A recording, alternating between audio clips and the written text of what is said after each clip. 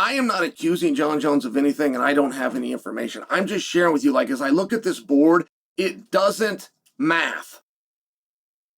Jon Jones, who is the greatest fighter of all time, who is the heavyweight champion, who, by the way, beat the greatest heavyweight champion, oh, by the way, has never lost a round at heavyweight, is not in the rankings. Now, Jon Jones then comes out and he says he's got this terrible hip. He needs a replacement. He's got arthritis. He's dealing with health issues. One reason you would be removed quietly from eligibility to be ranked is if you failed a drug test, which I'm not suggesting, but hear me out on the theory.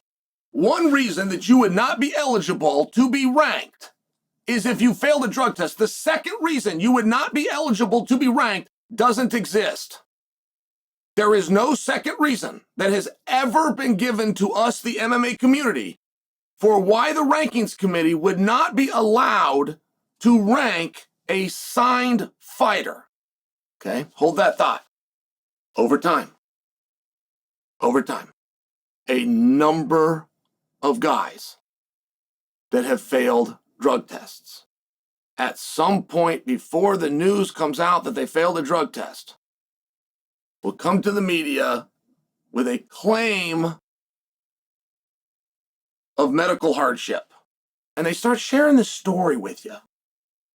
They start sharing this story that, I've been kind of dealing with some stuff, and I kind of kept it to myself, and working with some doctor. I'm working through it.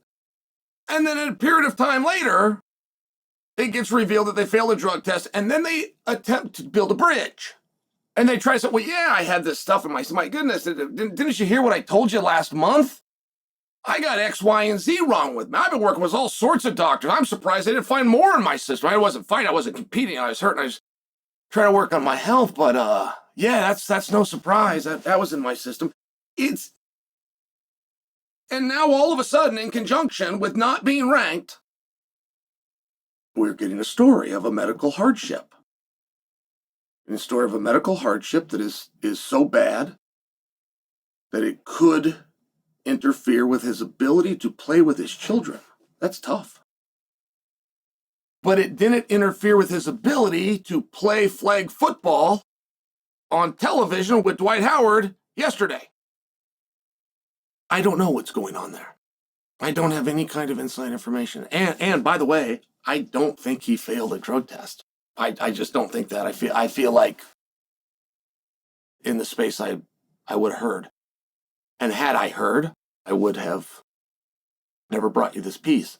But how do you math that? I mean, how do you do the math with the information that you've been given? I can't wrestle Daniel Cormier. I'm not going to fight at the White House. I don't know if I'm ever going to return. I want to be able to play with my son. I need a new hip. Check me out on the gridiron. I'm going to go play an aggressive game of flag football. How do you math that? And do you tie that in with the rankings? Is there some kind of a conspiracy? There is literally never, ever been a reason given to us, the community, why a signed fighter would not be eligible to be ranked. Aside from one exception, which is behind the scenes, he is dealing with the testing agency. Which oddly is not my suggestion, but you do the math. You tell me what you make of these facts.